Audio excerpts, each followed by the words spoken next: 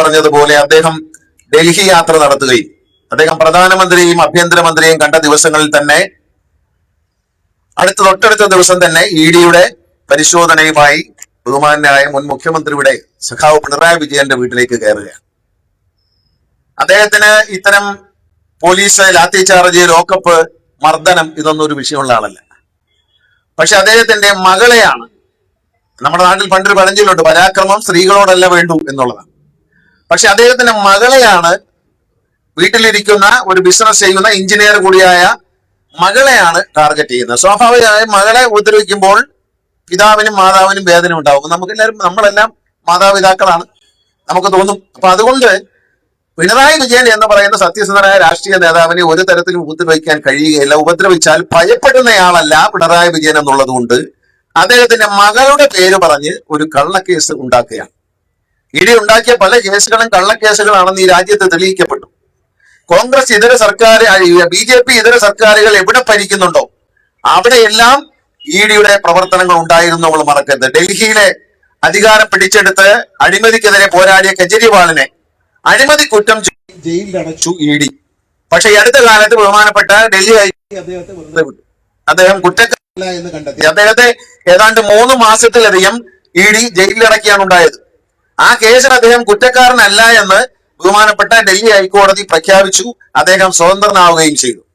ഇതെല്ലാം കേരളത്തിലും ഇതേ പരിപാടികൾ ആവർത്തിക്കാൻ ശ്രമിക്കുകയാണ്. മറ്റ് സംസ്ഥാനങ്ങളിലെല്ലാം ആവർത്തിക്കുകയും അതുപോലെ തന്നെ ഇപ്പോൾ തമിഴ്നാട്ടിലടക്കം ആവർത്തിച്ച ഇഡിയുടെ പ്രവർത്തനങ്ങളാണ് ഇവിടെ ആരംഭിച്ചിരിക്കുന്നത് എന്ന് നമ്മൾ ഓർക്കണം. ഇവിടെ ഒത്തുകളിയാണ്. UDFും BJPയും തമ്മിൽ ഒത്തുകളിച്ചു. ജഗദീശൻ പറഞ്ഞൊരു വളരെ പ്രധാനപ്പെട്ട പോയിന്റ് ഉണ്ട്. സുരേന്ദ്രന്റെ പ്രസംഗം. സുരേന്ദ്രൻ പറയുന്നു, ഞങ്ങളോട് കടപ്പെട്ടിരിക്കുന്നു UDF. എന്തുകൊണ്ട് കടപ്പെട്ടിരിക്കുന്നു? ഈ രാജ്യത്തെ മതന്യൂനപക്ഷങ്ങളെ കബളിപ്പിക്കാനും അവരുടെ വോട്ട് വാങ്ങി അധികാരത്തിലെത്തി എന്ന് പറഞ്ഞ് BJPയുടെ വോട്ട് വാങ്ങി അധികാരത്തിലെത്തൊരു ഗവൺമെന്റ് ആണ് ഇന്ന് കേരളത്തിലുള്ളത്. കണ്ണൂർ ജില്ലയടക്കമുള്ള സ്ഥലങ്ങളിൽ എടുത്തു പരിശോധിച്ചാൽ BJPയുടെ വോട്ടുകൾ UDFന് ചെയ്തിരിക്കുകയാണ്. നമ്മൾ ദൂരോട്ടൊന്നും പോകണ്ട. പത്തനാപുരത്തിന് കേരളത്തിൽ BJPക്ക് 3 MLA കിട്ടി എന്നാണ് പറയുന്നത്. അത് തെറ്റാണ്. 3 MLA അല്ല, 4 MLA കിട്ടിയിട്ടുണ്ട് എന്ന് നിങ്ങൾ മനസ്സിലാക്കണം. അത് പത്തനാപുരത്ത് നിന്നാണ് എന്നാണ് മനസ്സിലാക്കേണ്ടത്. കാരണം ഭീമൻ രഘു മത്സരിച്ചപ്പോൾ തമാശയെല്ലാം കാണിച്ചിട്ടും 12,700 വോട്ട് കിട്ടി BJPക്ക് പത്തനാപുരം നിയമമണ്ഡലത്തിൽ. കഴിഞ്ഞ തവണ BJP സ്ഥാനാർത്ഥിക്ക് 14,000 വോട്ട് കിട്ടി. പക്ഷെ ഇത്തവണ മത്സരിച്ച സ്ഥാനാർത്ഥിക്ക് കിട്ടി 7,013 വോട്ടേ ഉള്ളൂ. ബാക്കി എവിടെ പോയി എന്ന് നോക്കിയാൽ പട്ടാഴി വടക്കേക്കര മുൻ പഞ്ചായത്ത് പ്രസിഡന്റ് രമാദേവിയെ കൊണ്ടിരിപ്പുണ്ട്. പട്ടാഴി വടക്കേക്കരയിൽ ഒരു കണക്ക് ചുമ്മാ എടുക്കാം. സജീവ് കണ്ടിപ്പുണ്ട്. പട്ടാഴി വടക്കേക്കരയിൽ കണക്കെടുത്താൽ 4 പഞ്ചായത്ത് മെമ്പറുള്ള പഞ്ചായത്ത് കമ്മിറ്റിയിൽ BJPക്ക് ഉള്ളിടത്ത് 300 വോട്ടേ ഉള്ളൂ. BJPക്ക് ആ പഞ്ചായത്ത് മൊത്തം കൂടി. എല്ലാ പഞ്ചായത്ത് മെമ്പർമാരും ഉള്ള വാർഡുകളിൽ പരിശോധിച്ചാൽ BJP ഈ തെരഞ്ഞെടുപ്പിൽ, അസംബ്ലി തെരഞ്ഞെടുപ്പിൽ പത്തനാപുരത്ത് 3-ാം സ്ഥാനത്താണ്. എല്ലാ സ്ഥലത്തും 3-ാം സ്ഥാനത്ത് വളരെ തുച്ഛമായ വോട്ടാണ്. മേലിലെ പഞ്ചായത്തിലൊക്കെ ചില വാർഡുകളിൽ 240 വോട്ട് വാങ്ങി ജയിച്ചില്ലെങ്കിൽ പോലും ഇന്ന് ആ വാർഡിൽ 40 താഴെ വോട്ട് മാത്രമേ ഈ തെരഞ്ഞെടുപ്പിൽ BJPക്ക് കരസ്ഥമാക്കാൻ. അതാണ് സുരേന്ദ്രൻ പറഞ്ഞത്, ഞങ്ങളുടെ ഔദാര്യം. ഇപ്പൊ നമുക്ക് ഇതേ സ്ഥാനാർത്ഥി പത്തനാപുരത്ത് മത്സരിച്ചപ്പോൾ കോൺഗ്രസിന്റെ UDF സ്ഥാനാർത്ഥിയായി മത്സരിച്ചപ്പോൾ 14,000 വോട്ടിനാ തോറ്റായി. പക്ഷെ ഇപ്പൊ BJPയുടെ കൂടി സ്ഥാനാർത്ഥിയായി മത്സരിച്ചപ്പോൾ 7,000 വോട്ടിന് ജയിച്ചു. ഇത് മനസ്സിലാക്കാനുള്ള ബുദ്ധി നമ്മൾ കാണിക്കണം. ഇത് അപകടകരമായ ഒരു സർക്കാരാണ് കേരളത്തിൽ അധികാരത്തിലെത്തിയിരിക്കുന്നത്. പാചമടികളൊക്കെ ഉണ്ട്. ഗ്യാരണ്ടി, ആദ്യത്തെ ഗ്യാരണ്ടി സ്ത്രീകൾക്ക് പരിപൂർണമായും യാത്രാ സൗജന്യം KSRTC നൽകുമെന്നാണ്. പ്രിയപ്പെട്ട VD സതീശൻ തന്നെ, എന്റെ സുഹൃത്ത് തന്നെ, ഇലക്ഷൻ പ്രചരണത്തിന് വേണ്ടി വായിച്ചു ചെയ്യുന്നുണ്ട് ഒരു കുടുംബത്തിന്. എന്റെ വീഡിയോ ഉണ്ട്. നിങ്ങൾക്ക് എവിടെ വേണമെങ്കിലും പോവാം തീർത്ഥാടനത്തിന്. പത്തനാപുരത്ത് നിന്ന് ഗുരുവായൂരേക്ക് തീർത്ഥാടനത്തിന് പോവാം.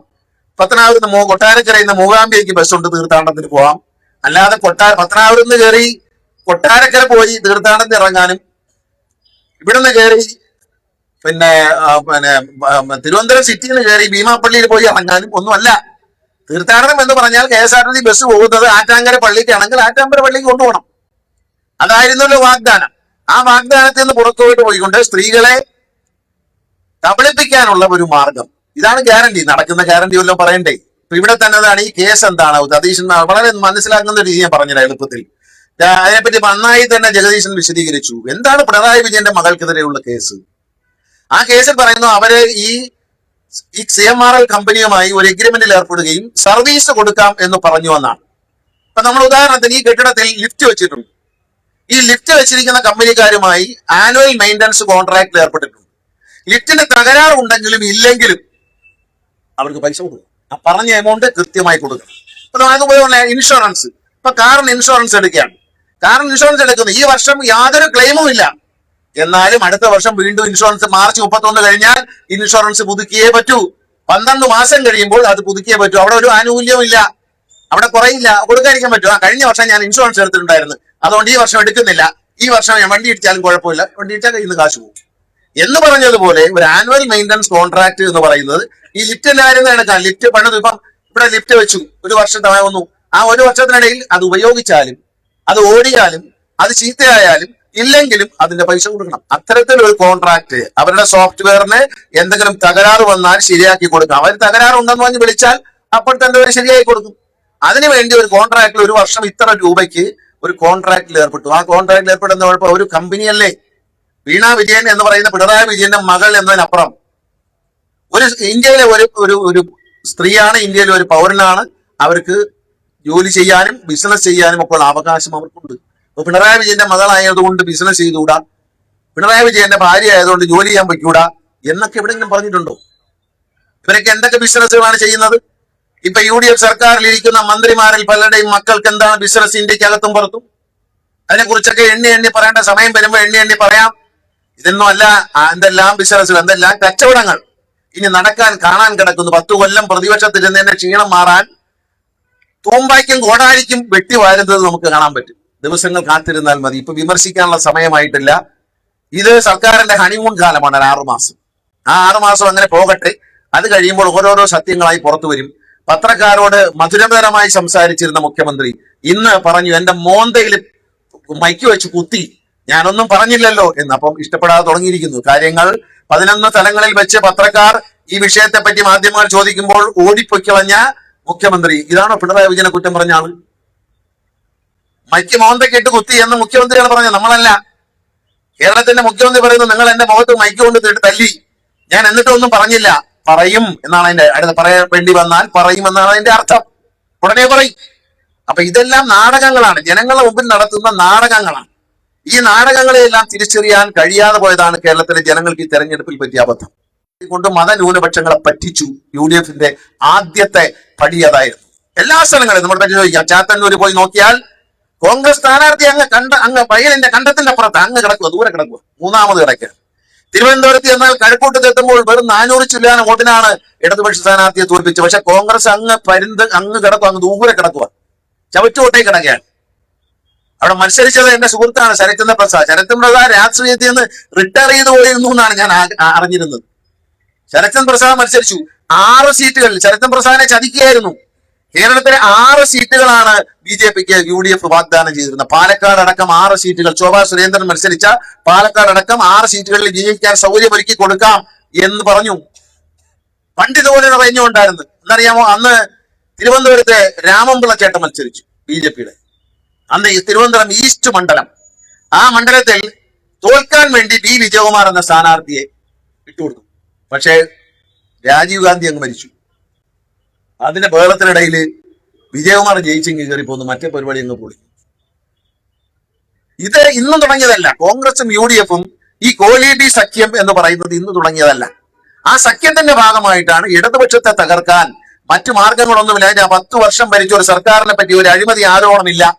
പിണറായി വിജയനെ പറ്റി EDക്ക് ആരോപണമില്ല. പക്ഷെ പിണറായി വിജയന്റെ മകളെ ഈ കേസിൽ, കള്ളക്കേസിൽ കുടുക്കിക്കൊണ്ട് കെജ്രിവാളിനോടും മറ്റ് BJP ഇതര സർക്കാരുകളോടും കാണിച്ച നയം. അങ്ങനെ ഉണ്ടെങ്കിൽ, അഴിമതി ഉണ്ടെങ്കിൽ ആരെ പിടിക്കണം? മന്ത്രിമാരെ പിടിക്കണം. മുഖ്യമന്ത്രി ആയിരുന്ന പിണറായി വിജയൻ അടക്കം 10 കൊല്ലം മന്ത്രിയായിരുന്നവരുണ്ട് ഇവിടെ. അവരെ പേരിലൊന്നും ഒരു ആരോപണമില്ല, അവരെ പേരിൽ ഒരു അഴിമതിയില്ല. ഇടതുപക്ഷ മുന്നണി സർക്കാർ യാതൊരു അഴിമതിയും ഇല്ലാതെ 10 കൊല്ലം മുന്നോട്ട് പോയത് കൊണ്ട് വീട്ടിൽ കയറി മക്കളെയും ഭാര്യയും ഉപദ്രവിക്കുന്ന തരത്തിലേക്ക് നിലവാരം കുറഞ്ഞ രാഷ്ട്രീയമാണ് BJP ഇന്ത്യയിൽ നടത്തുന്നത്. അതിവിടെ മാത്രമല്ല, മറ്റെല്ലായിടങ്ങളിലും ഉണ്ട്. എന്താണ് വിജയ് എന്ന് പറയുന്ന ആൾ രാഷ്ട്രീയത്തിൽ വരാൻ കാര്യം? ഒരു കാര്യം, അയാൾ അഭിനയിച്ച ഒരു സിനിമയിൽ നരേന്ദ്രമോദി എന്ന് തോന്നിപ്പിക്കാൻ ഇതിലൊരു പരിഹാസം പറഞ്ഞതിന്റെ പേരിൽ അയാളെ വേട്ടയാടി. അയാളുടെ വീട്ടിലെ ഷൂട്ടിംഗ് നടക്കുന്നിടത്ത്, അയാളുടെ കാരവനകത്ത്, അയാളുടെ കാറിനകത്ത് സർവ്വസ്ഥലത്തും ED കയറി നിരങ്ങി, ഇൻകം ടാക്സുകാർ കയറി നിരങ്ങി, ED കേന്ദ്ര ഏജൻസികൾ കയറി നിരങ്ങി. അന്ന് അയാൾ തീരുമാനിച്ചു ഇതിന് പാഠം പഠിപ്പിച്ചിട്ട് എന്ന കാര്യം. ഒരു കാര്യം അക്കാര്യത്തിൽ വിജയോട് എനിക്ക് അഭിമാനമുണ്ട്. കോൺഗ്രസിന്റെ പിന്തുണ സൂക്ഷിച്ചു വാങ്ങിക്കണം. പക്ഷേ BJPയുടെ പിന്തുണയ്ക്ക് വേണ്ടി അവിടുത്തെ ഗവർണർ ശ്രമിച്ചിട്ട് പോലും വഴങ്ങിയില്ല എന്നുള്ളതാണ് വിജയിൽ ഞാൻ കാണുന്ന ഒരു ഗുണം. കാരണം അയാള് രംഗത്ത് വന്ന എന്താണ്, അയാളെ അതിക്രൂരമായ നിലയിൽ, നീചമായ നിലയിൽ കേന്ദ്ര ഏജൻസികളെ ഉപയോഗിച്ച് അയാളെ വേദനിപ്പിക്കുകയും അപമാനിക്കുകയും ഉപദ്രവിക്കുകയും ചെയ്തതിന്റെ പ്രതികാരമായിട്ടാണ് അയാളുടെ രാഷ്ട്രീയത്തിലൊന്നും വരത്തില്ല. അയാൾക്ക് രാഷ്ട്രീയത്തരം പരിപാടിയൊന്നും ഉണ്ടായിരുന്നില്ല. അതിനുശേഷമാണ് EDM, ഇൻകം ടാക്സും എല്ലാം ചേർന്നുകൊണ്ട് അയാളെ ഉപദ്രവിച്ചതിന് ശേഷമാണ് എങ്കിൽ രാഷ്ട്രീയത്തിലേക്ക് ഇറങ്ങുന്നു. സിനിമാഭിനയവും എല്ലാം വിട്ടുകൊണ്ട് അദ്ദേഹം രാഷ്ട്രീയത്തിലേക്ക് വരാനുള്ള കാരണം തന്നെ ഈ കേന്ദ്ര ഗവൺമെന്റിന്റെ നയമാണ്. ഒരു സിനിമയിൽ പോലും ഒരു ഡയലോഗ് പറഞ്ഞ് ഒന്ന് കളിയാക്കാൻ പോലും, തമാശ പറയാൻ പോലും കഴിയാത്ത രീതിയിൽ നമ്മുടെ നാട് മാറിപ്പോകുന്നത് എത്രത്തോളം സാംസ്കാരികമായ മൂല്യച്യുതിയാണ് എന്ന് നമ്മൾ പരിശോധിക്കാം. ഹാസ്യരസത്തിൽ നമ്മളോട് പറയുന്ന കാര്യങ്ങൾ, വിമർശനങ്ങൾ, അങ്ങനെ കാർട്ടൂണിസ്റ്റുകളെ ഇപ്പൊ കാർട്ടൂൺ വരപ്പ് നിർത്തിയല്ലോ. ഇപ്പൊ പത്രങ്ങളിലൊന്നും കാർട്ടൂൺ കാണാറില്ല. കാർട്ടൂൺ വരച്ചാൽ ജയിലിൽ കിടക്കും എന്നുള്ളതാണ്. അതുകൊണ്ട് അടിയന്തരാവസ്ഥക്കാലത്ത് ഉണ്ടായിരുന്ന ഒരു സ്ഥിതിയിലേക്ക് ഇന്ത്യ പോകണം. അടിയന്തരാവസ്ഥയായിട്ട് പ്രഖ്യാപിച്ചില്ലെങ്കിലും ഒരുതരം അടിയന്തരാവസ്ഥ തന്നെയാണ് ഇന്ത്യയിൽ നിന്നുള്ളത് എന്ന് മനസ്സിലാക്കുക. രാഷ്ട്രീയ നേതാക്കളെ, എതിർക്കുന്ന രാഷ്ട്രീയ പ്രസ്ഥാനങ്ങളെ, അവരുടെ നേതാക്കന്മാരെ ജയിലിലടച്ചുകൊണ്ടും കള്ളക്കേസിൽ കുടുക്കിക്കൊണ്ടും ഭയപ്പെടുത്താൻ ശ്രമിക്കുകയാണ്. ഇപ്പൊ ഈ പിണറായി വിജയന്റെ വീട്ടിൽ കയറിയതിന്റെ ഉദ്ദേശം സതീശ സൂക്ഷിച്ചോ തന്റെ വീട്ടിലും കയറും എന്നുള്ളത്. അതുകൊണ്ട് മര്യാദയ്ക്ക് BJP പറയുന്ന കേട്ട് കഴിഞ്ഞു കൂടിക്കൊള്ളുക എന്നുള്ളതാണ് അതിന്റെ അർത്ഥം. ഇന്നത്തെ സർക്കാരിന്റെ നയപ്രഖ്യാപനമുണ്ട്. നമ്മൾ നടത്തിയ നയപ്രഖ്യാപനത്തിൽ കേന്ദ്ര ഗവൺമെന്റിന്റെ അവഗണനയെക്കുറിച്ചും കേന്ദ്ര ഗവൺമെന്റിന്റെ സംസ്ഥാന സർക്കാരിനോടുള്ള സമീപനത്തെക്കുറിച്ചും ഇന്ത്യയിലെ ഫെഡറലിസം തകരാൻ ഇടയാക്കാൻ തരത്തിലുള്ള നയങ്ങളെക്കുറിച്ചും പ്രതിഷേധിച്ചുകൊണ്ടാണ് നമ്മുടെ നയപ്രഖ്യാപന പ്രസംഗം. ഇന്ന് കോൺഗ്രസും UDF നടത്തിയ നയപ്രഖ്യാപന പ്രസംഗത്തിൽ കേന്ദ്ര ഗവൺമെന്റ് പറ്റി ഒരു അക്ഷരം പറഞ്ഞില്ല. ചെന്ന് കണ്ടപ്പോൾ പറഞ്ഞു ശരി പരിഗണിക്കാം എന്ന് പറഞ്ഞു. ഇത് തന്നെയാണ് ഇപ്പോഴും പറയുന്നത്. കാരണം ഞങ്ങൾ മന്ത്രിയായിരിക്കും പറയും, നമ്മൾ ഡൽഹിയിൽ പോയി കേന്ദ്ര ഗവൺമെന്റിലെ മന്ത്രിമാരെ കണ്ടു കഴിഞ്ഞാൽ അവര് പറയുന്നത് ശരി നോക്കാം എന്ന് പറയും. എന്ത് നോക്കാം? ഒരു കുന്തവും കിട്ടിയില്ല, ഒരു കുന്തവും തരത്തില്ല. ഞാനും പോയി കണ്ടിട്ടുണ്ട് ട്രാൻസ്പോർട്ട് നന്നാക്കാൻ വേണ്ടി മന്ത്രിയെ. പക്ഷെ അവിടെ നിന്നൊന്നും കിട്ടത്തില്ല എന്നുള്ളതുകൊണ്ടാണ് നമ്മൾ ഇവിടുന്ന് തന്നെ അങ്ങ് റെഡിയാക്കിയത്. നമ്മളെ കാര്യം 5000-6000-ഓളം കോടി രൂപയുടെ ബാലൻസ് ഖജനാവിൽ വെച്ചിട്ടാണ് ശ്രീ ബാലഗോപാൽ മന്ത്രിസ്ഥാനം ഒഴിയുന്നത്, ധനകാര്യ മന്ത്രി എന്ന നിലയിൽ. അതുകൊണ്ടാണ് ഈ മാസം ശമ്പളം കൊടുക്കുന്നത്. KSRTC പെൻഷൻ ഇതുവരെ കൊടുത്തിട്ടില്ല. 4 ജില്ലകളിൽ കൊടുത്തിട്ടില്ല. ഇപ്പൊ വീണ്ടും മുടങ്ങിയിരിക്കുന്നു. ഈ മാസം മുതൽ ഇത് മുടങ്ങും. സ്ത്രീകളുടെ സൗജന്യം കൂടി കൊടുത്തു കഴിയുമ്പോൾ KSRTC അടയ്ക്കും. അതോടൊപ്പം സമാന്തരമായി പ്രൈവറ്റ് ബസ്സും നിൽക്കും. കാരണം പ്രൈവറ്റ് ബസ്സിൽ ഫ്രീ ഇല്ലല്ലോ. ഭാര്യയും ഭർത്താവും കൂടി ബസ്സിൽ പോവുകയാണ്. ഭാര്യയ്ക്ക് ഫ്രീ ആണെങ്കിൽ ഭർത്താവും കൂടി അതിലേക്ക് കയറത്തുള്ളൂ. അല്ലെ ഞാൻ പ്രൈവറ്റ് ബസ്സിൽ കാശ് കൊടുത്ത് വരാം എന്ന് ഭർത്താവ് വേറെ വണ്ടി കയറുമോ? ഇല്ല. അപ്പൊ അങ്ങനെ KSRTC നശിക്കും. പൊതുമേഖലാ സ്ഥാപനങ്ങളുടെ ഭൂമി ഉപയോഗിക്കും എന്ന് പറയുന്നത് വെച്ചാൽ വിൽക്കും എന്നർത്ഥം. അതായത് പുതുതായി വരുന്ന കമ്പനികൾക്ക് ഇന്നലെ പറഞ്ഞിട്ടുണ്ട്, പൊതുമേഖലാ സ്ഥാപനങ്ങളുടെ ഉടമസ്ഥതയിൽ ഒഴിഞ്ഞുകിടക്കുന്ന ഭൂമി നിക്ഷേപകർക്ക് കൊടുക്കും എന്ന് വെച്ചാൽ സർക്കാർ ഭൂമി പ്രൈവറ്റ് ആൾക്കാർക്ക് വിൽക്കാൻ പോകുന്നു, ഓസിന് കൊടുക്കാൻ പോകുന്നു, അതിനാളെ കണ്ടുവച്ചിട്ടുണ്ട് എന്നുള്ളതാണ്. തുടങ്ങിയിട്ടേ ഉള്ളൂ. ഹണിമൂൺ, ഞാൻ പറഞ്ഞ 6 മാസം ഹണിമൂൺ ഉണ്ട്. അത് കഴിഞ്ഞ് ബാക്കി പറയാം. കൃത്യമായി പഠിച്ചുകൊണ്ടിരിക്കുകയാണ് നമ്മൾ, ഓരോ ചലനവും പഠിച്ചുകൊണ്ടിരിക്കുകയാണ്. ഇന്ന് പറയുന്നതല്ല നാളെ പറയുന്നത്. ഇതേ മുഖ്യമന്ത്രി കേരളത്തിന്റെ നിയമസഭയിൽ ഏറ്റവും കൂടുതൽ എതിർത്തത് കിഫ്ബിയാണ്. ഇന്ന് മാധ്യമപ്രവർത്തകർ ചോദിച്ചു കിഫ്ബിയെ പറ്റി എന്തായി പറയാന്ന് ചോദിച്ചു. കിഫ്ബിയുടെ കാര്യം ഒരു തീരുമാനമായിട്ടില്ല, ഞങ്ങൾ ആലോചിച്ചുകൊണ്ടിരിക്കുകയാണ്. പിന്നെ അതിനൊരു കമ്മിറ്റി വയ്ക്കുന്നതിനെ കുറിച്ച് സർക്കാർ പരിഗണിക്കുന്നു. അതിനൊരു കമ്മിറ്റി വെക്കാൻ സർക്കാർ പരിഗണിച്ച്, കമ്മിറ്റി വെക്കാൻ തീരുമാനിച്ച്, കമ്മിറ്റി പഠിച്ച് ഒക്കെ വരുമ്പോഴത്തേക്കും 14 താലൂക്ക് ആശുപത്രി അടക്കമുള്ളത് അങ്ങനെ ഇരിക്കും, അവിടെ അങ്ങ് ഇരിക്കും. സൈഡിൽ ആലൊക്കെ കളിക്കും മിക്കവാറും അതിന്റെ സൈഡിൽ ആലൊക്കെ കളിക്കുന്ന കാണാൻ പറ്റും. കാരണം ഇപ്പൊ കിഫ്ബിയെ പറ്റി പുനഃപരിശോധിച്ചാൽ കിഫ്ബിയുടെ എല്ലാ വർക്കുകളും അവിടെ നിർത്തി വയ്ക്കണമല്ലോ. അതിനകത്ത് 14 റോഡൊക്കെ അങ്ങ് നിൽക്കും, അവിടെ അങ്ങോട്ട് നിൽക്കും. കാരണം മറ്റ് സർക്കാരിന്റെ നയമല്ല ഞങ്ങളതെന്ന് പറഞ്ഞു. ആ നയം അതല്ലെങ്കിൽ കിഫ്ബി ഒന്നുകിൽ അടച്ചുപൂട്ടണം, അല്ലെങ്കിൽ കിഫ്ബിയെ പുനഃപരിശോധിച്ച് വേറൊരു വിധത്തിലേക്ക് മാറ്റണം. അതിന് ആശയമുണ്ടെന്നാണ് തെരഞ്ഞെടുപ്പിന് മുമ്പ് പറഞ്ഞിരുന്നത്. പക്ഷെ ഇപ്പൊ ആശയമില്ല. ആശയം ഉണ്ടാക്കാൻ ആളെ വയ്ക്കുന്ന കാര്യം ആലോചിക്കുന്നു എന്നാണ് പറയുന്നത്. അങ്ങനെ ഓരോ ദിവസം കഴിയും തോറും ഈ വാഗ്ദാനങ്ങൾ കേരളത്തിലെ ജനങ്ങളെ കബളിപ്പിക്കുകയായിരുന്നു എന്ന് മനസ്സിലാക്കണം. ആദ്യം മനസ്സിലാക്കേണ്ട പാഠം കേന്ദ്ര സർക്കാരും BJPയും കോൺഗ്രസും തമ്മിലുള്ള രഹസ്യ നീക്കുപോക്കാണ്. ഇവിടെ ആദ്യം പറഞ്ഞു, സതീശൻ ഇലക്ഷൻ മുമ്പേ പറഞ്ഞു LDFും BJPയും തമ്മിൽ നീക്കുപോക്കുണ്ടെന്നാണ്. അങ്ങനെയാണ് ഈ മുഖ്യമന്ത്രിയുടെ വീട്ടിലേക്ക് ED വരുമോ? പറിച്ച് ആരാണ് BJPയുടെ വോട്ട് വാങ്ങിച്ചത്? ഈ തെരഞ്ഞെടുപ്പിൽ ചടയമംഗലത്ത് പോയി നോക്കാം, അവിടെ എന്താണ് സ്ഥിതി? അവിടെയും BJPയുടെ വോട്ട് കോൺഗ്രസിന് കൊടുത്തിരിക്കുകയാണ്. ആരാണ് കൊടുക്കുന്നത്? കോൺഗ്രസ് മുക്ത ഭാരതം ഉണ്ടാക്കും എന്ന് പറയുന്ന നരേന്ദ്രമോദിയുടെ പാർട്ടി കൈപ്പത്തിക്ക് കുത്തുന്ന നാണമില്ലാത്ത നിലയിലുള്ള രാഷ്ട്രീയ പാർട്ടിയായി കേരളത്തിൽ മാറിയിട്ടുണ്ട് എന്ന് മനസ്സിലാക്കുക. അവരാണ് കോൺഗ്രസ് മുക്ത ഭാരതം. ബി ജെ പിക്കാരനെ ആർക്കാ വോട്ട് ചെയ്യുന്നത്? താമരയ്ക്കല്ല, ചക്കയ്ക്കല്ല, മാങ്ങയ്ക്കല്ല, കുത്തുന്നത് കൈപ്പത്തിക്ക. അപ്പൊ എന്താ ആത്മാർത്ഥത ഈ പറയുന്നതിൽ? എന്താ സത്യസന്ധത? ഈ സത്യസന്ധത അത് ഇപ്പൊ ഇത് ഒത്തുകളിയാണ്. ഞാൻ പറഞ്ഞില്ലേ, ഈ ഒരു റെയ്ഡ് എന്ന് പറയുന്നത് നമ്മൾ പറയുമ്പോൾ ഈ ബോർഡിൽ വെച്ചിട്ടുണ്ട് VD മോഡി ED എന്ന് എഴുതി വെച്ചിട്ടുണ്ട്. സത്യമല്ലേ ഈ പറഞ്ഞത്? ഇവര് തമ്മിലല്ലേ അന്തർധാര? ഇവര് തമ്മിൽ അന്തർധാരയുണ്ടല്ലോ. തെരഞ്ഞെടുപ്പിന് മുമ്പ് ഡീല് നടത്തി എന്ന് പറഞ്ഞ് പ്രചരിപ്പിച്ചു തുടങ്ങിയ ഇവർ ആരാണ് യഥാർത്ഥത്തിൽ ഡീല് നടത്തിയതെന്ന് കേരള സംസ്ഥാനത്തെ നിയമസഭാ ഫലത്തിന്റെയും കഴിഞ്ഞ പാർലമെന്റ് ഫലത്തിന്റെയും കഴിഞ്ഞ പഞ്ചായത്ത് ഫലത്തിന്റെയും ഫലങ്ങൾ എടുത്തു വെച്ച് ഓരോ വാർഡിലായി വിലയിരുത്തിയാൽ, ഓരോ പഞ്ചായത്തിലായി വിലയിരുത്തിയാൽ കോൺഗ്രസും BJPയും തമ്മിലായിരുന്നു കേരളത്തിൽ ഡീല് എന്ന് മനസ്സിലാക്കും. ഡീൽ ഇല്ലാത്തപ്പോൾ BJPക്ക് ഒരു സീറ്റ് പോലും ഇല്ല കേരളത്തിൽ. അക്കൗണ്ട് തുറക്കാൻ സമ്മതിച്ചില്ല. 3 എണ്ണം ജയിച്ചു, 6 എണ്ണം ജയിപ്പിക്കാമെന്നായിരുന്നു. 6 സീറ്റുകൾ, 6 സീറ്റ് വെച്ചതിൽ 3 എണ്ണം ജയിച്ചു. അവിടെ എല്ലാം കോൺഗ്രസ് 3-ാം സ്ഥാനത്താണ്, അങ്ങ് പുറകിലാണെന്ന് ആലോചിക്കണം. അതിന്റെ അർത്ഥം കോൺഗ്രസുമായിട്ടല്ല BJPയോട് മത്സരിച്ചത്, ഇടതുപക്ഷ ജനാധിപത്യ മുന്നണിയുമാണ് മത്സരിച്ചത് എന്ന് ഓർക്കണം. ഇവിടെ എന്താണ്? ഇവിടെ 14,000 വോട്ടിന് കോൺഗ്രസ് സ്ഥാനാർത്ഥിയായി തോറ്റയാൾ 7,000 വോട്ടിന് ജയിക്കുമ്പോൾ 14,000 വോട്ട് വാങ്ങിച്ച BJPക്ക് 7,000 വോട്ട് കിട്ടും. എങ്ങോട്ട് പോയത്? അതെങ്ങോട്ടാ പോയെന്ന് ആർക്കാ മനസ്സിലാവാത്തെ? അതിന് വേണ്ട ശാസ്ത്രജ്ഞനെ വെച്ച് പഠിക്കുകയും സതീശൻ പറയുന്നതൊക്കെ കമ്മിറ്റിയെ വെക്കേണ്ട കാര്യമൊന്നുമില്ല. ഒന്നും പഠിക്കാനില്ല. ആർക്കും മനസ്സിലായി? ഏതൊരു സാധാരണക്കാർക്കും, കൂട്ടാനും കുറയ്ക്കാനും അറിയുന്ന തലയ്ക്ക് വെളിവുള്ള ഏതൊരു സാധാരണക്കാരനും മനസ്സിലാവുന്നതേ ഉള്ളൂ. ഇവിടെ മണ്ടത്തരങ്ങൾ തുടങ്ങിയിട്ടുണ്ട്. ആശുപത്രിയിൽ 18 പേവാർഡ് ഉണ്ടാക്കിയെന്ന്. ഈ ആശുപത്രി തൂക്കാൻ ആരാണ്ട് ആളെ വയ്ക്കാൻ പറ്റൂ? ഒരു മണ്ടത്തരത്തിന് മറുപടി പറയണം എന്ന് തോന്നിയോണ്ട് തന്നെയാണ് ആശുപത്രിക്ക് ഒരു വലിയ അഴിമതി. 18 പേവാർഡ് ഉണ്ടാക്കിയെന്നാ. 4 ഉള്ളായിരുന്നത് 18 ആക്കിയെന്ന്. ഇപ്പൊ ആരാ പേവാർഡ് അല്ലായിരുന്നത്? EMS ആശുപത്രി ഇവിടെ ഉണ്ട്, ജഗദീശനാഥിന്റെ സെക്രട്ടറി. ആരാ പേവാർഡ് വേണ്ടാത്ത? ആരാ? എല്ലാവർക്കും പേവാർഡാ വേണ്ടേ. ഈ പേവാർഡിന്റെ വാടക കൊണ്ട് വേണം അതിന്റെ വൈദ്യുതി ചാർജ് കൊടുക്കാൻ. ഈ പേവാർഡിന്റെ പൈസ വാങ്ങിച്ചിട്ട് വേണം അവിടെ തൂക്കാൻ വരുന്ന സ്ത്രീകൾക്ക് ശമ്പളം കൊടുക്കാൻ, അവിടെ ബാത്റൂം കഴുകാനുള്ള ഫിനോയിൽ വാങ്ങാൻ. ഈ പേവാർഡിന്റെ പൈസ എടുത്ത് ആശുപത്രി ഉപദേശ സമിതിയുടെ ഫണ്ടിലേക്ക് വരികയും അത് വെച്ചാണ് കൊടുക്കേണ്ടത്. അല്ലാതെ ഈ 2 രൂപ OP ടിക്കറ്റിന് വാങ്ങിച്ച് അതിൽ നിന്നാണോ കൊടുക്കുന്നതാണ് വിചാരം? അല്ല. ഈ പേവാർഡ് കിടക്കാൻ താല്പര്യമുള്ളവർ കൂടുതൽ പേവാർഡ് വേണം, അല്ലെങ്കിൽ ഈ ആശുപത്രിയിൽ നിലനിൽപ്പുണ്ടാകില്ല എന്ന് അറിഞ്ഞുകൊണ്ട് ബഹുമാനായ ധനകാര്യമന്ത്രിയായിരുന്ന ബാലഗോപാലും ഞാനും കൂടെ ഇരുന്നു കൊണ്ട് ഇതില്ലാതെ പറ്റില്ല. കാരണം വാർഡുകൾ, സൗജന്യ വാർഡുകൾ മാത്രം പോരാ, പേവാർഡുകൾ വേണം. പണമുള്ളവർ പേവാർഡിൽ കിടക്കട്ടെ, പണമില്ലാത്തവരും എല്ലാവരും അവനവന്റെ സൗകര്യത്തിന് വേണ്ടി ഇപ്പൊ പേവാർഡാണ് സെലക്ട് ചെയ്യുന്നത്. EMS ആശുപത്രിയിൽ ഒരു പേവാർഡ് തുറന്നു നടപ്പുണ്ട്? ഇല്ല, ഒരെണ്ണം ഒഴിവില്ല. അപ്പൊ പേവാർഡ് വേണം. പേവാർഡ് വന്നാൽ മാത്രമേ പൈസ വരൂ. ആ പൈസ വന്നാൽ പണമുള്ളവർ ആ പൈസ പാവപ്പെട്ടവർക്ക് സൗകര്യങ്ങൾ ഒരുക്കാൻ ഒരു ആശുപത്രി നടത്താൻ കഴിയില്ല. വിഡ്ഢിത്തരങ്ങൾ അടിച്ചു വിട്ടാക്കത്തില്ല.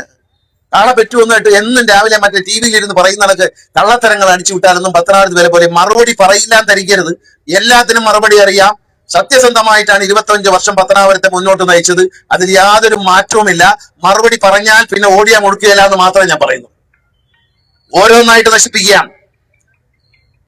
ഒരേ ദീർഘവീക്ഷണത്തോടുകൂടി ഒരു സ്ഥാപനത്തിന്റെ നിലനിൽപ്പിന് വേണ്ടിയാണ് നമ്മൾ ശ്രമിച്ചിട്ടുള്ളത്. അതിനകത്ത് പഞ്ചായത്ത് നമ്മളിവിടെ കേരളത്തിലെ ഒരേ ഒരു സ്ഥലത്താണ് ഇപ്പോൾ ഒരു ഇടതുപക്ഷ മുന്നണി പഞ്ചായത്താണ് ഇതുപോലെ ഷോപ്പിംഗ് മാൾ പണിഞ്ഞത്. ഷോപ്പിംഗ് മാൾ ഒഴിഞ്ഞു കിടക്കുമായിരുന്നു. ഇവിടെ ലുലു കൊണ്ടുവന്നത് ഞങ്ങളാണ്. ഞങ്ങൾ വ്യക്തിപരമായി താല്പര്യമെടുത്ത് കൊണ്ടുവന്നു. കാരണം ഇന്ത്യയിലെ ഏറ്റവും വലിയ ശൃംഖല, മലയാളി നടത്തുന്ന ലോകത്തെ ഏറ്റവും വലിയ ശൃംഖല, അത് പത്തനാപുരത്ത് വരുന്നു എന്ന് പറയുമ്പോൾ പത്തനാപുരം ടൗണിന്റെ മുഖച്ഛായ മാറും. പത്തനാപുരത്ത് വ്യാപാര രംഗത്തുണ്ടാകാവുന്ന പുരോഗതിയെ കുറിച്ച് നിങ്ങൾ അപ്പം മനസ്സിലാക്കും. ആശീർവാദിന്റെ തിയേറ്റർ കൊണ്ടുവന്നു. എവരെ വിളിച്ചാൽ വരുമോ? മോഹൻലാലിന്റെ ഉടമസ്ഥയിൽ ആശീർവാദിന്റെ തിയേറ്ററിൽ ബിൽഡിങ്ങിൽ കൊണ്ടുവന്നുകൊണ്ടാണ് ഇപ്പൊ അതിനകത്തേക്ക് ആള് പോകുന്നത്. അല്ലെങ്കിൽ ആരെങ്കിലും പോകും? ഇത് അടഞ്ഞു കിടക്കും. ഇത് തുറന്നു പ്രവർത്തിക്കേണ്ടത് ഈ നാടിന്റെ ആവശ്യമാണ് എന്നുള്ളത് കൊണ്ടും ഇതൊരു വിജയമായി മാറേണ്ടത് ഈ നാടിന്റെ ആവശ്യമാണെന്നുള്ളത് കൊണ്ടുമാണ് അന്നത്തെ പഞ്ചായത്ത് കമ്മിറ്റിയും ഞങ്ങൾ എല്ലാവരും ഒരുമിച്ച് നിന്നോട് ചെയ്ത കാര്യം ചെയ്തെന്ന് പറയാൻ ഒരുത്തനെയും പേടിയില്ല, ഒരു മടിയും വേണ്ട, ഒരു പേടിയുമില്ല. ഞങ്ങളുടെ മടിയിൽ കനവില്ല എന്ന് മാത്രമേ ഞങ്ങൾക്ക് പറയാനുള്ളൂ. അതുകൊണ്ട് ഞങ്ങൾക്ക് ഭയപ്പെടേണ്ട കാര്യമില്ല. ഞങ്ങൾ ധീരമായി തന്നെ മുന്നോട്ട് പോകും. ഇടതുപക്ഷ ജനാധിപത്യ മുന്നണിയെ ഇത്തരം ഓലപ്പാമ്പുകൾ കാണിച്ച് ഭയപ്പെടുത്താം എന്നാരും കരുതേണ്ടതില്ല. പിണറായി വിജയന് പോലീസും EDയും ജയിലും മർദ്ദനവും ലാത്തിചാർജും പുത്തരിയല്ല.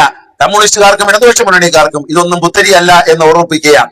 ഇത്തരം പേടിപ്പീരുകൾ അതിവിടെ വേണ്ട, കേരളത്തിന്റെ മണ്ണിൽ വേണ്ട. ഇപ്പൊ എന്താ, ആം ആദ്മി പാർട്ടിയിലുള്ളവരെ പേടിപ്പിച്ച് 8 പേരെ 9 വരെ കൊണ്ടുപോയില്ലേ രാജ്യസഭാ അംഗങ്ങളെ? ആരെ പോലെ പേടിപ്പിച്ചു കൊണ്ടുപോയി. ED ഒരു റെയ്ഡ്, ഇൻകം ടാക്സിന്റെ റെയ്ഡ്, ഇങ്ങനെ ഉപദ്രവിക്കുമ്പോൾ അവർ ഭയന്ന് MP-മാർ തന്നെ കൂറുമാറി BJP-യിലേക്ക് പോവുകയാണ്, രാജ്യസഭയിൽ ഭൂരിപക്ഷം ഉണ്ടാക്കാൻ. എന്തിനാണ് രാജ്യസഭയിൽ ഭൂരിപക്ഷം ഉണ്ടാക്കുന്നത്? ഈ രാജ്യത്തെ മതന്യൂനപക്ഷങ്ങൾപ്പെട്ടവരെ പീഡിപ്പിക്കുന്ന, അവരെ വേദനിപ്പിക്കുന്ന, അവരെ മുറിപ്പെടുത്തുന്ന അനേകം നിയമങ്ങൾ ഇനിയും RSSനും BJP-ക്കും സംഘപരിവാറിനും ഇന്ത്യയിൽ നടപ്പിലാക്കാൻ ഉണ്ട്. എല്ലാവരും മനസ്സിലായിക്കോളൂ. അവരെ അനുഭവിക്കാൻ പോവുകയാണ്, അപകടകരമായ സാഹചര്യം അനുഭവിക്കാൻ പോവുകയാണ്. ഇപ്പൊ പശ്ചിമ ബംഗാളിലൊക്കെ തുടങ്ങിക്കഴിഞ്ഞു. കൽക്കട്ടയിൽ ജനിച്ചവനെ പോലും ബംഗ്ലാദേശിയാണെന്ന് പറഞ്ഞ് അടിച്ചു പുറത്താക്കുന്ന നിലയിലേക്ക് കാര്യങ്ങൾ നീങ്ങി തുടങ്ങിയിരിക്കുന്നു. അപകടകരമായ രാഷ്ട്രീയ സാഹചര്യം. ഈ രാജ്യത്തെ മതന്യൂനപക്ഷങ്ങളും പിന്നോക്ക വിഭാഗങ്ങളും അനുഭവിക്കാൻ പോകുന്ന ദുരിതം എത്ര വലുതായിരിക്കും എന്ന് ഇനി കാണാനിരിക്കുകയാണ്. രാജ്യസഭയിലും ലോകസഭയിലും കൂടെ ഭൂരിപക്ഷം കിട്ടിയാൽ ഡീലിമിറ്റേഷൻ കൊണ്ടുവരും. അതായത് BJP ജയിക്കുന്ന ഒരു നിയോജക മണ്ഡലം, ഒരു അസംബ്ലി പാർലമെന്റ് മണ്ഡലം 3ആയി വിഭജിക്കും. അപ്പൊ 3 സീറ്റ് BJP-യായി. അങ്ങനെ ഒരു കാലത്തും ഇറങ്ങിപ്പോകാത്ത വിധത്തിൽ വനിതാ സംവരണത്തിന്റെ പേരിൽ ഡീലിമിറ്റേഷൻ നടത്തി ഭൂരിപക്ഷം എന്നേക്കുമായിട്ട് ഉറപ്പിക്കാൻ. അപ്പൊ ഒരു പാർലമെന്റ് മണ്ഡലം BJP ജയിക്കുന്ന ഒരു പാർലമെന്റ് മണ്ഡലം അത് 3ആയി മാറും. അപ്പൊ എത്ര? 3 MP, 3 അവർ ജയിക്കും, അപ്പൊ 3 MP ആയി. ഇങ്ങനെ ഈ രാജ്യത്തെ ഭരണഘടനയും ഈ രാജ്യത്തെ ജനാധിപത്യത്തെയും അട്ടിമറിക്കാൻ ശ്രമിക്കുന്നവരുമായി കൂട്ടുചേർന്ന് UDF-ഉം കൂടി ചേർന്നുകൊണ്ടാണ് ഇന്ന് കേരളം ഭരിക്കുന്നത് എന്ന് ഓർക്കുക. ഇവരെല്ലാം ഒരു പക്ഷത്താണ്. ഇവർ തമ്മിൽ അഭിപ്രായ വ്യത്യാസങ്ങളൊന്നുമില്ല. ഇവർ തമ്മിൽ പറച്ചിലേ ഉള്ളൂ. സുരേന്ദ്രൻ പറഞ്ഞത് മറക്കണ്ട. സുരേന്ദ്രൻ പറഞ്ഞതൊരു സത്യമാണ്. സുരേന്ദ്രനെയും ജയിപ്പിക്കാമെന്ന് സമ്മതിച്ചിരുന്നു, പറ്റിച്ചു. അതുകൊണ്ടാണ് സുരേന്ദ്രൻ സത്യം പറഞ്ഞത്. മഞ്ചേശ്വരത്ത് സുരേന്ദ്രനെ ജയിപ്പിക്കാമെന്ന് പറഞ്ഞിരുന്നു, അതും പറ്റിച്ചു. പാലക്കാട് ജയിക്കുമെന്ന് ഉറപ്പിച്ചു, പാലക്കാട്ടുകാരനെ കൊണ്ടുവന്ന് അവിടെ ഇട്ടു, ജയിച്ചുപോയി. തോൽപ്പിക്കാൻ, ശോഭാ സുരേന്ദ്രനെ ജയിക്കാൻ വേണ്ടി ഇട്ടുകൊടുത്തതാണ്. ഇതെല്ലാം 6 സീറ്റുകളിൽ UDF ഡീൽ ഉറപ്പിച്ചിരുന്നു. ആ ഡീൽ ഉറപ്പിച്ചപ്പോഴാണ്, അവർ ഡീൽ ഉറപ്പിച്ചത് പുറത്തറിയുന്നതിന് മുമ്പേ CPM-ഉമായിട്ടാണ് ഡീല് എന്ന് പ്രഖ്യാപിച്ചു. LDF-ഉമായിട്ടാണ് ഡീല്. ഡീൽ ആരുമായിട്ടായിരുന്നു എന്ന് ഈ തെരഞ്ഞെടുപ്പ് ഫലം നിങ്ങളെ മനസ്സിലാക്കുന്നുണ്ട്. അതുകൊണ്ട് പറയുന്ന കാര്യങ്ങളൊന്നും, UDF പറയുന്ന കാര്യങ്ങൾ സത്യമാണ് എന്ന് ധരിക്കേണ്ട. BJP-ക്ക് രാജ്യസ്നേഹവുമില്ല, ഒന്നുമില്ല. അവര് കോൺഗ്രസ് മുക്ത ഭാരതം എന്ന് പറയുന്ന കള്ളത്തരമാണ്. ഇവരെല്ലാം ഒന്നിച്ചാണ് പോകുന്നത്. കോൺഗ്രസ് മുക്ത ഭാരതം ഉണ്ടാക്കാൻ വേണ്ടി BJP-ക്കാരെല്ലാവരും കൈപ്പത്തി വോട്ട് ചെയ്യുന്ന ഒരു നാട്ടിലാണ് നമ്മൾ ജീവിക്കുന്നത് എന്ന് ഓർക്കുക. അതുകൊണ്ട് ഇത്തരം തട്ടിപ്പുകൾ, ഇത്തരം വിരട്ടുകൾ ഇടതുപക്ഷ ജനാധിപത്യ മുന്നണിയോട് വേണ്ട എന്നേ പറയാനുള്ളൂ. ഇടതുപക്ഷ നേതാക്കന്മാർ ആരും തന്നെ സമരം കാണാത്തവരല്ല, ലാത്തി ചാർജ് കാണാത്തവരല്ല, ജയിലിൽ കിടക്കാത്തവരല്ല. അതുകൊണ്ട് അത്തരം പേടിപ്പിക്കലുകളൊന്നും കേരളത്തിന്റെ മണ്ണിൽ വിലപ്പോകില്ല. അത് ഇടതുപക്ഷ മുന്നണിയോട് വിലപ്പോകില്ല എന്നറിയിച്ചുകൊണ്ട് ഞങ്ങളുടെ ശക്തമായ പ്രതിഷേധം, ഞങ്ങൾ നയിക്കുന്ന ഞങ്ങളുടെ നേതാവായ സഖാവ് പിണറായി വിജയന്റെ വീട്ടിൽ കയറി അദ്ദേഹം ഒരു കുറ്റവും ചെയ്യാതെ അദ്ദേഹത്തിനെ അപകീർത്തിപ്പെടുത്തുവാൻ, ഇന്ത്യ മുഴുവൻ അപകീർത്തിപ്പെടുത്തുവാൻ, ഈ സ്വാഭാവികമായിട്ടും പിണറായി വിജയന്റെ വീട്ടിൽ റെയ്ഡ് എന്ന് പറയുമ്പോൾ പിണറായി വിജയൻ എന്തോ കുറ്റം ചെയ്യുന്നല്ലേ വരികത്തുള്ളൂ. വീട്ടിലിരിക്കുന്ന ഭാര്യയോടും മക്കളോടും സ്ത്രീകളോട് പരാക്രമം കാണിച്ചുകൊണ്ട് ഒരു മുഖ്യമന്ത്രിയായി 10 വർഷം കേരളത്തിലെ ജനങ്ങളെ സേവിച്ച കരുത്തുറ്റ നേതാവായ സഖാവ് പിണറായി വിജയനെ ഒറ്റപ്പെടുത്തി ആക്രമിക്കാമെന്ന് ആരും കരുതണ്ട. ഇടതുപക്ഷ ജനാധിപത്യ മുന്നണി അദ്ദേഹത്തോടൊപ്പം ഉണ്ട്. അദ്ദേഹമാണ് 10 വർഷവും കേരളത്തിലെ ജനങ്ങളുടെ നന്മയ്ക്ക് വേണ്ടി അഴിമതിയില്ലാത്തൊരു ഭരണം കേരളത്തിൽ കാഴ്ചവെച്ചത്. അദ്ദേഹത്തോടൊപ്പം ഇടതുപക്ഷ ജനാധിപത്യ മുന്നണി കരുത്തോടെ, CPM-ഉം മറ്റ് ഘടകകക്ഷികളും എല്ലാം, CPI-യും കേരള കോൺഗ്രസും, ഞങ്ങളെല്ലാവരും കരുത്തോടെ അദ്ദേഹത്തിനൊപ്പമുണ്ട്. ഒരു കാര്യം എല്ലാവരും ഓർത്തുള്ളൂ, ഇടതുപക്ഷ മുന്നണി അവസാനിച്ചിട്ടില്ല. ഞങ്ങൾ പൂർവാധികം ശക്തിയോടെ, ഇതിന്റെ 10 മടങ്ങ് ശക്തിയോടെ ഞങ്ങൾ ജനങ്ങളുടെ മനസ്സിലൂടെ കടന്നു വരും, മടങ്ങി വരും എന്നതിൽ നിങ്ങൾക്ക് യാതൊരു സംശയമില്ല. ഇത് ചതിയായിരുന്നു എന്ന് ഓരോ സ്ഥലത്തെയും വോട്ട് എടുത്ത് പരിശോധിക്കുമ്പോൾ അറിയാൻ പറ്റും. മതന്യൂനപക്ഷങ്ങളെ കബളിപ്പിച്ചുകൊണ്ടാണ് UDF അധികാരത്തിലെത്തിയതെന്നുള്ള കാര്യം മാത്രം ഞാൻ ഒരിക്കൽ കൂടി ഓർമ്മിപ്പിക്കുകയാണ്. അറിഞ്ഞിരുന്നാൽ എല്ലാവരും ഒന്ന് കണക്കൂട്ടി നോക്കും, നല്ലതാണ്. എല്ലാവരും ഒന്ന് കണക്കൂട്ടി നോക്കുക, പറ്റിക്കപ്പെട്ടവരെല്ലാം ഒന്ന് കണക്കൂട്ടി നോക്കും, നല്ലതാണ്. ഈ രാജ്യത്തെ ജനാധിപത്യവും മതേതരത്വവും നിലനിർത്താൻ ഏതറ്റം വരെയും ഇടതുപക്ഷ ജനാധിപത്യ മുന്നണി പോരാടും എന്നറിയിച്ചുകൊണ്ട് ഈ ഒരു നടപടി ED പോലുള്ള കേന്ദ്ര ഏജൻസികൾ ഉപയോഗിച്ച് ഇടതുപക്ഷ ജനാധിപത്യ മുന്നണിയെ പിടിച്ചുകെട്ടാൻ ശ്രമിക്കുന്ന മൂഢസ്വർഗത്തിൽ ജീവിക്കുന്നവരോടുള്ള പ്രതിഷേധം അറിയിച്ചുകൊണ്ട് ഞാൻ ഈ പ്രതിഷേധ യോഗത്തിന്റെ ഉദ്ഘാടനം നിങ്ങളുടെ എല്ലാവരുടെയും അനുവാദത്തോടെ നിർവഹിച്ചായി അറിയിക്കുന്നു. നന്ദി, നമസ്കാരം, ജയ് ഹിന്ദ്.